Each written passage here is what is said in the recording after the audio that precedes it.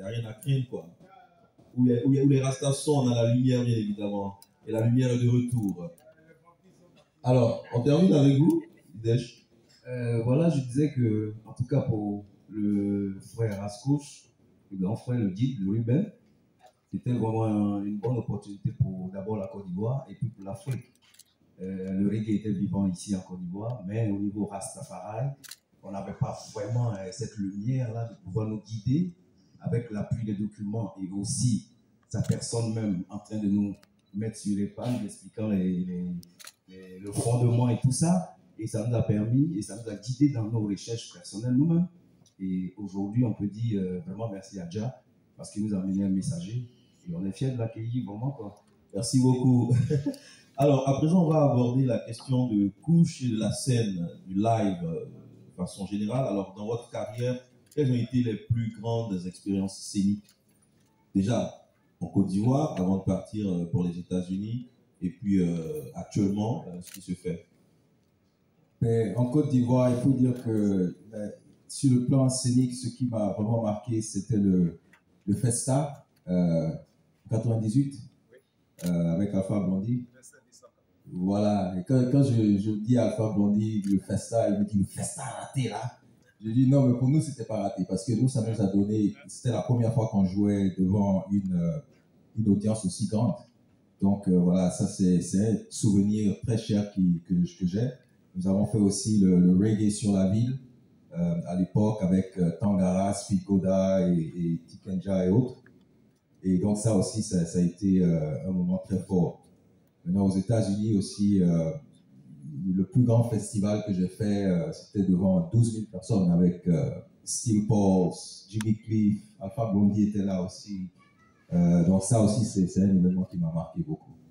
Alors, et pour vous, qu'est-ce qui rend un concert ou un spectacle live unique? Ce qui rend un concert live unique, c'est d'abord chaque artiste est unique. Donc si l'artiste montre son talent, qui vient de son cœur, qui n'essaie pas d'imiter ou bien qui fait quelque chose qui lui vient du cœur, ce sera forcément unique. Et pareil pour les musiciens, chaque chanson est unique en son genre. Donc si les musiciens s'accordent avec la chanson et puis qu'ils la jouent avec le cœur, ce sera forcément unique. Ouais. Jonah, alors vous êtes une promotrice du live et depuis quelques années déjà. AZK Live, votre espace donne justement l'opportunité à plusieurs artistes de s'exprimer en live, bien évidemment. Alors, cette touche particulière-là, est-ce que vous pouvez nous l'expliquer véritablement aujourd'hui avec ce concert de couche qui est prévu et pourquoi il est important de véritablement mettre en avant les talents artistiques en orchestration? AZK Live est encore tout jeune, hein. On a 3 ans et demi.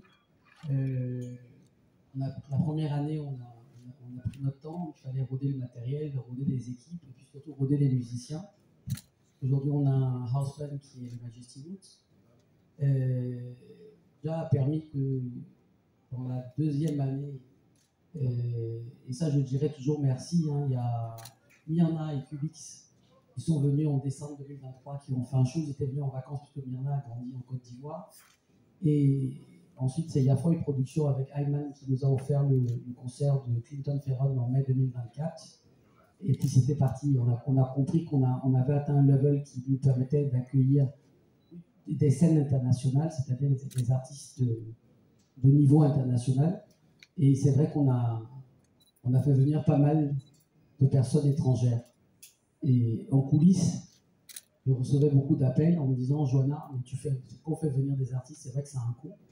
Il y a le cachet, il y a le billet d'avion, il y a l'hébergement. Mais tu fais venir des artistes, mais on a des grands artistes qui sont là, et puis tu les fais pas jouer. » Et je me suis fait tirer un peu les oreilles, hein. Mais j'ai entendu. Et effectivement, il y en a encore très peu qui ne sont pas encore passés par la scène d'AZK Live. Donc depuis 2024, on a essayé d'avoir une programmation soutenue. Et pas mal d'artistes, connus comme moins connus, mais qui font du reggae dans la sous-région, qui font du reggae en Côte d'Ivoire, sont venus prester, ou en concert complet, ou en showcase. Ils sont venus et on est heureux parce que le public en demande. Tout le monde n'a pas forcément besoin de grandes salles ou de grands festivals. Et la salle de la ZK Live offre cette proximité, cette chaleur, cette possibilité de toucher l'artiste. Et même quand on va à l'international, nous qui voyageons un peu, c'est pas la même sensation quand tu vas dans une petite salle écouter ce reggae. La vibration est différente. Donc, Couche faisait partie des personnes qu'on avait envie de voir ici. Et il était venu en voyage avec Mamati l'année dernière, l'été dernier, et on avait commencé à en parler. Et qui a permis, parce que Couche est venu par ses propres moyens, je tiens à le dire, à lui. Et il nous a ramené Alex, il nous a ramené Angel. Et il était prévu une 4e personne qui malheureusement n'a pas pu venir. Donc il y a un effort qui a été fait de la part de Couche et c'est à saluer. À lui, je tiens à le dire. Merci. Parce que tout le monde ne le fait pas. Et pour nous, c'est un honneur. Encore une fois, on est très content de le recevoir. C'est un honneur de l'avoir ici parce que sa réputation le précède. Papa Naftali a dit tout à l'heure que c'était son grand frère. Même quand tu regardes Papa Naftali avec sa longue barbe blanche et puis tu regardes Couche, tu n'es pas sûr qu'il est vraiment le petit frère, mais la réputation de Couche le précède et c'est important pour nous qu'il vienne poser sa vibes et nous donner sa bénédiction. Voilà, c'est pas vrai. Yes, Jah Rastafari. Poser sa vibe et donner sa bénédiction. Et puis cette scène-là, Naftali la connaît très bien, la scène de AZK Live, puisqu'il était là sur cette scène il y a quelques mois.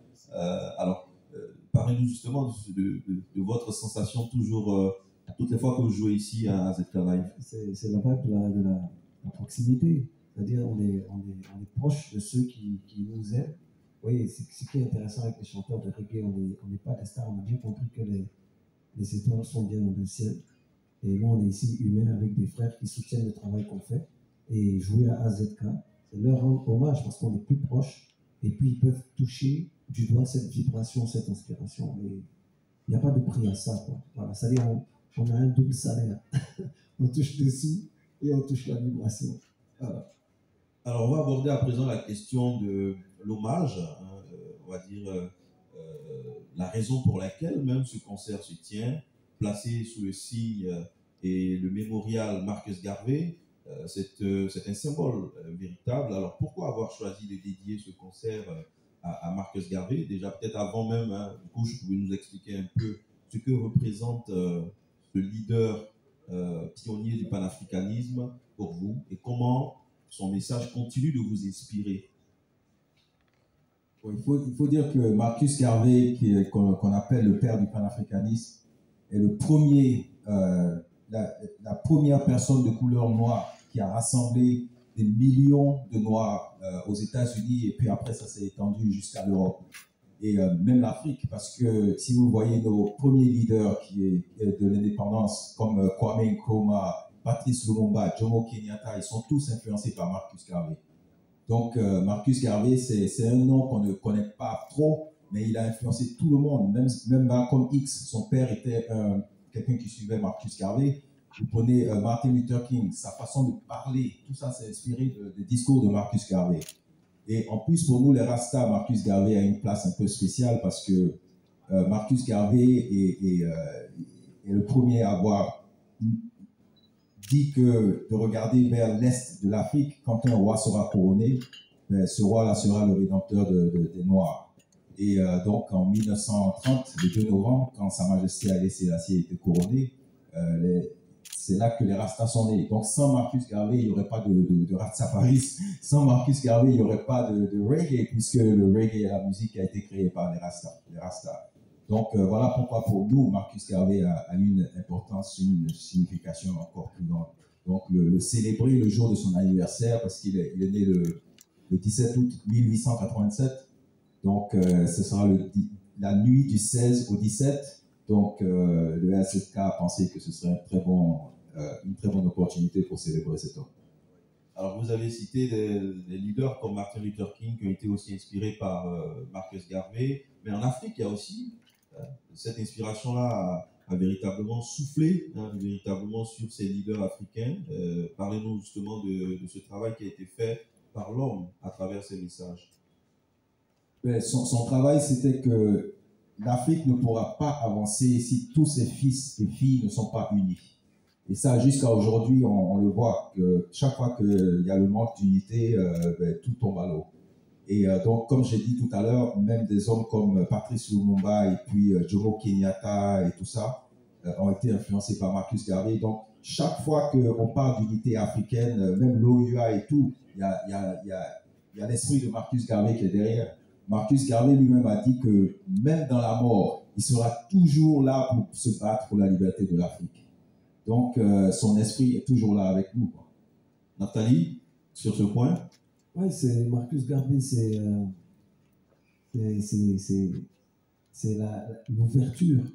C'est-à-dire, on a été biberonné à s'auto-flageller. Le noir ne s'aime pas. Le noir est esclave. Et le noir qui a pris la parole devant les blancs, c'est pas une affaire de raciale, mais devant les blancs qui se considéraient comme le haut sommet, pour leur dire non, en fait, c'est juste l'humanité, quoi. Voilà. Et de montrer aux hommes noirs qu'ils avaient une fierté pour se tenir tout droit dans ce monde, c'est-à-dire dans leur peuple, pour faire avancer le monde. Que le monde n'avance pas sans le peuple noir. Voilà. Ça. Alors, la symbolique également pour l'espace AZK Live, de rendre hommage à ces leaders qui ont inspiré plusieurs générations et qui continuent de vivre à travers les messages des chanteurs reggae, des leaders comme Marcus Garvey. C'est peut-être pas la première fois qu'AZK Live initie un concert. L'année dernière, voilà. On avait fait le Marcus Garvey Day avec Jeanne Le Baguette. C'est important. C'est vrai que dans les pays francophones, on ne connaît pas trop Marcus Garvey, c'est surtout dans les pays anglophones. Donc, ayant eu la chance d'étudier à Londres, moi j'ai beaucoup entendu parler de Marcus Garvey. Donc, c'est aussi une éducation qu'on apporte à ceux qui écoutent le reggae, qui sont sympathisants du mouvement rastafariste. Donc, cette éducation, c'est important. Donc, Marcus Garvey fait partie des personnes aussi qui ont encouragé ce qu'on appelle le Black Owned Business, c'est-à-dire donc il y avait Black Star Line. C'était important que la communauté noire, la communauté afro-américaine, la communauté afro-caribéenne qui est issue de l'Afrique puisse se prendre en charge. C'est-à-dire qu'on ait nous-mêmes nos propres sociétés de transport, qu'on ait nous-mêmes nos propres commerces. Et aujourd'hui, c'est important qu'on comprenne que le développement il passe par nous-mêmes. On ne va pas tout le temps tendre la main, et notre avenir, il est dans nos mains. Et au-delà du fait qu'on a une nationalité qui nous a été imposée, on est d'abord africain. Donc ce concept-là, aujourd'hui, on parle du reggae Afrique, on parle du reggae Côte d'Ivoire qui rentre dans le reggae Afrique. Des reggaeman africains, il n'y en a pas beaucoup. Il y a eu Feu Lucky Dubé qui est parti. En tout cas, au niveau international, big. Et tu te rends compte que c'est important qu'on continue à pousser ce reggae Afrique. C'est vrai que le reggae est né en Jamaïque, le reggae a sa source en Jamaïque, mais la Jamaïque vient de l'Afrique, donc nous revenons à l'Afrique. Donc Marcus Garvey l'avait compris, il se voyait africain, même s'il était jamaïcain. Et ce pont-là, nous voulons continuer à le cultiver, c'est pour ça que vous voyez les drapeaux de Jamaïque un peu partout, parce que la Jamaïque est reliée au reggae, le reggae est relié à la Jamaïque, et la Jamaïque est reliée à l'Afrique, et l'Afrique est reliée à la Côte d'Ivoire, et Marcus Garvey représente cela. Donc voilà. Merci beaucoup, Joanna. Et puis, il est important de noter que les principaux combats de Marcus Garvey, c'était l'unité des peuples noirs, l'autonomie économique. Voilà, ça a été un point qui a été abordé par Joanna Ekouche et Naftali également. Le retour en Afrique, et puis la fierté culturelle et historique. Alors, on va terminer, c'est le dernier point avant d'ouvrir les questions aux confrères. C'est concernant l'album Tour de force de Couche, qui est sorti il y a cela 5 ans déjà. Alors, quel écho de cet album-là, 5 ans après? Il faut dire que comme je fais beaucoup plus de concerts aux États-Unis, à l'étranger, l'album c'est très bien vendu là-bas, surtout sur Amazon, des streamings. Donc, nous avons pressé jusqu'à présent 3000 CD, alors que maintenant les CD ne se vendent plus comme avant, mais nous avons quand même réussi à faire pousser 3000 jusqu'à présent. Et puis, il y en a aussi qui sont sortis en Côte d'Ivoire. Donc, voilà, nous sommes très contents, très satisfaits de la réception de l'album. Si vous allez en Californie, des fois, vous voyez des voitures passer avec Cheikh Anta Diop qui joue dans la voiture, vraiment, ça fait plaisir. Donc, la musique, c'est très puissant. On arrive à exporter les idées africaines jusqu'à l'étranger. Des fois, j'écoute l'album de Naftali aussi dans ma voiture aux États-Unis, et puis les gens écoutent ça, ils me disent « Ah, mais c'est qui ça ?» Je dis « Ah, c'est un artiste africain de reggae. » et tout. Donc la musique, c'est en ça que c'est très puissant, quoi. Alors, comment vous avez accueilli la sortie de l'album Tour de Force? Vous qui avez vu Couche pour la dernière fois, c'était en quoi, 98? Quand je me suis plus franchement, je n'ai pas la mémoire de 95. En 95, Finale de Malboro Rocking. Ouais. En fait, pour Couche, comment dire, je ne le suis pas régulièrement. C'est le frère Naf souvent qui nous donne ses nouvelles. Mais ce qui est gagné, moi, c'est le côté un peu l'espace de Couche qui est resté en moi. Chaque fois que je parle de Couche, je ne le vois pas en tant que, comme il le connaît, mais je le vois sur un autre plan. Spirituel? Si on peut dire ça comme ça. C'est pourquoi c'est pas, bon, c'est des choses qu'on ne peut pas expliquer, franchement. J'ai envie d'expliquer ça, mais je ne peux pas trouver le mot. C'est-à-dire qu'il était toujours présent en moi sans même que je suive ses albums. Je n'avais pas besoin de chercher à savoir. C'est lui qui donnait la nouvelle. On savait qu'il achetait l'album, mais lui, peut-être qu'il ne se souvient pas très très bien de moi, mais c'est un frère. Et depuis ce temps, j'ai vu comme il disait, j'ai eu la chance de le voir en concert. C'est Johnny Bigou qui m'avait parlé de lui, et j'ai eu l'occasion de le voir. Et depuis ce jour, aujourd'hui, pour moi, il est resté à un certain niveau que je ne peux pas placer. À part place quoi, il est là. Il est dans le cœur. Alors, Naftali, ouais, réaction sur... ouais, justement, parlant d'album, hein, il y a ce dernier, La Tour de Force, mais il y a aussi Les Misérables sur lequel vous avez eu à travailler. Ouais. Je crois que hier, il y avait des échanges pour savoir qui avait joué la percu, j'étais avec Couche et Julia. Ah oui. Couche même l'oubliait, il savait même plus. Et peut-être que vous allez nous donner toutes ces anecdotes aujourd'hui. Quel morceau? Les temps changent. Ça, c'est Couche. Julia l'avait dit. Moi, j'ai joué une percu, mais c'était un peu bancal. Et toi, tu t'es remis derrière la vie et tu as fait. C'est toi qui as joué le dernier. Ouais, ok.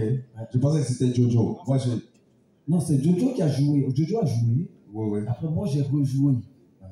Et après, toi, c'est ce que toi, tu as joué que j'ai mis. C'est ça. Ok. Voilà, D'accord. il y avait 3 pistes. Jojo a joué, certes, mais c'est Couche qui l'a terminé. C'est Couche qui a sorti cette bande de Si.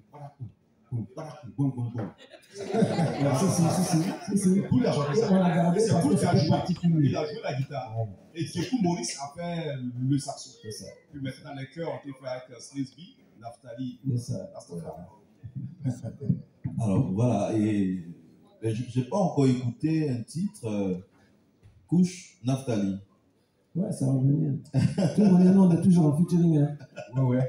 Mais en fait, Naftali, sur l'album Les Misérables, Naftali, il plane derrière, il est partout en fait. Parce que, comme on a dit dans Les temps changent, c'est lui qui fait l'harmonie derrière. Parce que les temps sont en train de changer. La voix de Naftali est derrière, si on écoute bien. Et puis aussi, il était l'ingénieur de son du studio Tafari. Donc c'est lui qui a enregistré Les temps changent. C'est lui qui a fait que Les temps changent. Voilà, sonne aussi bien. Parce que c'est très difficile d'enregistrer la guitare acoustique et puis d'avoir un son clair, clean comme il l'a fait. Donc quand on entend le début de Les temps changent, ça commence. Boum, pam, pam, pam. C'est-à-dire, il a fait la guitare acoustique, des fois on dirait qu'il y a une basse derrière. Et même aux États-Unis, quand je joue Les temps changent, les gens me disent que c'est très bien enregistré. Ils me disent, ah ouais, est-ce que tu as enregistré ça? Mais voilà, c'est lui. Et puis l'envol aussi. L'envol. L'envol. Oui, C'est lui qui a écrit le test de l'envol. Ouais. Voilà, c'est Naftali qui a écrit le test de l'envol. Oui, Naftali a écrit l'envol. Et quand j'ai écouté ça, à l'époque, il était avec la flotte impériale. Et quand j'ai entendu l'envol, je lui ai dit, ah oui, moi d'habitude, j'écris mes propres chansons, mais il faut que je chante cette chanson-là. Donc je lui ai volé la chanson, en fait. On a coécrit la chanson. Et l'inspiration de Les temps changent, Bob Dylan, qui avait fait une première version, et ça a été réadapté vraiment avec votre touche particulière. Et est-ce que cela, pour ceux qui écoutent ce titre-là hors des frontières ivoiriennes, particulièrement aux États-Unis, ils se retrouvent justement dans la mélodie, et comment ça se passe? La chose, ça a tellement changé qu'ils ne reconnaissent pas. Donc, c'est non seulement le texte, évidemment, qui est en français, qui a changé. J'ai adapté ça aux réalités africaines, quand je dis les ministres, les députés et tout ça. Et puis, le rythme, tout ça a changé. Donc, ils ne reconnaissent pas. Si je ne dis pas quelque chose, ils ne vont pas le reconnaître. Alors, voilà. On va terminer avec un message de paix. Vous travaillez aussi sur ces questions-là à travers vos chansons. Surtout sur le dernier album, il y a un titre, Main dans la main, qui appelle à l'unité, à la cohésion, et nous sommes dans un contexte où il est important de marteler ce genre de message, et on s'attendra sûrement à un écho pareil ce samedi ici à ZK, n'est-ce pas, Couche? Oui, bien sûr. L'unité africaine, nous, c'est notre rêve, ça, surtout en tant que Rasta. Parce que chaque fois qu'on entend que les Africains se tapent dessus, ou bien qu'il y a un problème politique et puis les gens se tapent dessus, nous, franchement, s'il y a une chose qui nous déprime, c'est ça. Parce que il est possible de ne pas être d'accord sans avoir recours à la violence.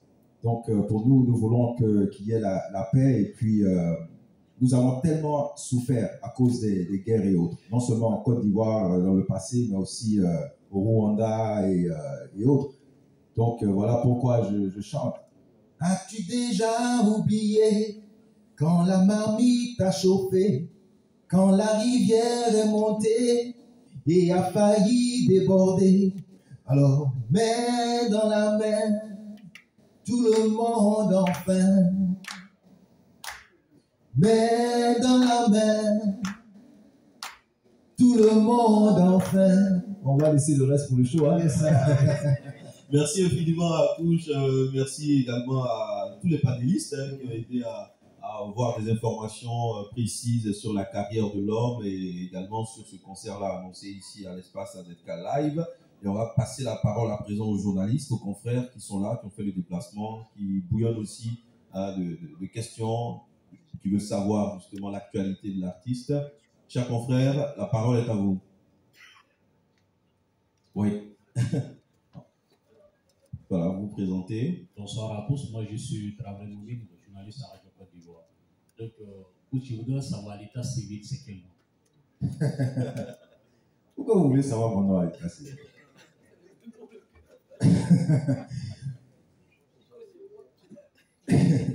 Nous, on préfère ne pas. Ça dit que quand tu deviens artiste, tu deviens. Il y a quelque chose de spirituel qui se passe. Et tu deviens le nom par lequel on te connaît. Parce que le nom à l'état civil, ça c'est pour la famille. Donc, mon nom de famille c'est Diarra. Et Couche, c'est devenu mon nom. Même ma mère m'appelait Couche. Donc voilà, Couche Diarra, ça suffit pour l'état civil. D'autres questions? Oui. Ok, je suis un autre Diarra aussi, je m'appelle Diarra Timoku, je suis journaliste à Soir Info. Je suis très très heureux de vous voir Couche, parce qu'il nous a versé depuis l'école, l'université également, et, parce que ses chansons parlent autant à l'âme autant au sensible qu'à l'intelligible. Et je suis très très heureux d'être ici, de savoir qu'il sera en spectacle. Je tenais à remercier également la promotrice qui nous fait voir ses talents, notamment au niveau du reggae. Maintenant, c'est par rapport à la chanson dédiée à Cheikh Anta Diop. Je sais que Cheikh Anta Diop est une figure emblématique également dans cette lutte pour l'émancipation et l'autodétermination du continent africain. Pourquoi avoir chanté une chanson pour Cheikh Anta Diop? Et puis aujourd'hui, avec ce panafricanisme à géométrie variable, quelle appréciation portez-vous sur ce panafricanisme tant prôné par Marcus Garvey? Merci. Il faut dire que la raison pour laquelle j'ai choisi Cheikh Anta Diop, ça fait longtemps que je lis les livres de Cheikh Anta Diop. Et Cheikh Anta Diop est enseigné dans les universités américaines quand on étudie l'histoire noire. Donc, Cheikh Anta Diop, vous savez, s'il y a une chose qui nous dérange, nous les Rastas, avec la colonisation, nous avons l'habitude d'élever même ceux qui nous ont fait du mal. Par exemple, quand moi je viens en Côte d'Ivoire, que je vois qu'il y a un boulevard dédié à la tri, ça me déprime. Donc, un pont le boulevard Giscard d'Estaing, tout ça, ce sont des escrocs, en fait, qui ont tous eu des problèmes avec la loi en France. Chirac, Giscard d'Estaing, Sarkozy, ils ont tous eu des problèmes avec la loi. Et je viens en Afrique, et puis c'est eux qu'on admire. On nomme des rues après eux, on nomme des ponts après eux, alors qu'il y a des figures qui se sont battues, saignées pour nous, comme Cheikh Anta Diop, qui a été un des premiers à montrer que l'Égypte ancienne était noire, parce que il faut dire que parce que l'Égypte a été colonisée par les Arabes et puis est devenue arabe, on a l'impression que les pyramides et tout ce qui a été fait avant ça a été fait par d'autres personnes que des Noirs. Ils ont cassé le nez des sphinx pour ne pas qu'on sache que c'est des nez de Noirs. Donc c'est à nous de faire connaître cette histoire. Ce ne sont pas des Français qui vont venir dire voilà, il faut admirer Cheikh Anta Diop. Donc c'est à nous, si nous sommes musiciens et puis que nous avons le talent de pouvoir écrire des chansons, c'est à nous de devoir élever ces hommes-là. Donc voilà pourquoi j'en ferai encore. Il y en aura d'autres. Cette fois-ci, c'est Cheikh Anta Diop, mais il y a beaucoup, Amilcar Cabral, Steve Biko, tout ça, c'est des gens qui sont dans ma tête, moi, dans mon esprit en tant que Rasta, tout le temps, tous les jours. Je lis leurs livres, je connais leurs paroles, tout ça. Donc, il faut que je le partage avec l'Afrique. Donc voilà pourquoi j'ai choisi même de faire ce morceau en français, parce que j'étais au Sénégal, et ils ont vraiment été contents, parce qu'ils disent que même au Sénégal, il n'y a pas beaucoup de chansons sur Cheikh Anta Diop. Mais ça, c'est un problème avec l'Afrique. Donc, encore une fois, Cheikh Anta Diop aussi était quelqu'un qui admirait Marcus Garvey. Ici, on lit la biographie de Cheikh Anta Diop, il parle que d'abord, il a pris la conscience africaine avec des hommes comme les Marcus Garvey et autres. Donc, tout ça encore, c'est relié au panafricanisme. Voilà. Donc, si nous sommes... parce que vous savez, on ne peut pas arrêter l'homme noir, où qu'il soit, que ce soit en Haïti, que ce soit en Jamaïque, que ce soit en Afrique, s'il sait où sont ses racines. Parce que Marcus Garvey a dit qu'un homme qui ne connaît pas son histoire, c'est comme un arbre sans racines. Quand le noir connaît son histoire et qu'il établit un lien avec l'Afrique, automatiquement, il y a quelque chose qui s'ouvre dans son esprit. Et on ne peut plus l'arrêter. Donc, voilà, j'espère que ça répond à la question. Merci beaucoup. Y a-t-il une autre question? Oui.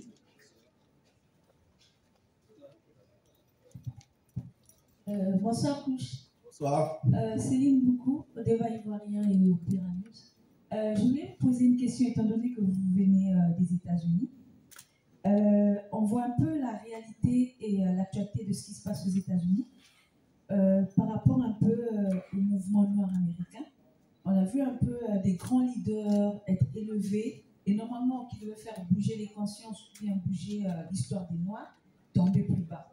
On voit par exemple Puff Daddy, on voit quelqu'un comme Kanye West qui est devenu Ye, qui même a prôné le fait, vous avez parlé de l'économie noire américaine qui se met ensemble, qui a voulu faire quelque chose de réunir les Noirs américains, qui puissent même faire des écoles, ainsi de suite, pour pouvoir véritablement élever leur économie. Et finalement, il est tombé vraiment très bas, il est devenu un antisémite, ainsi de suite. Et là, on voit un peu la réalité avec Candace Owens, ainsi de suite.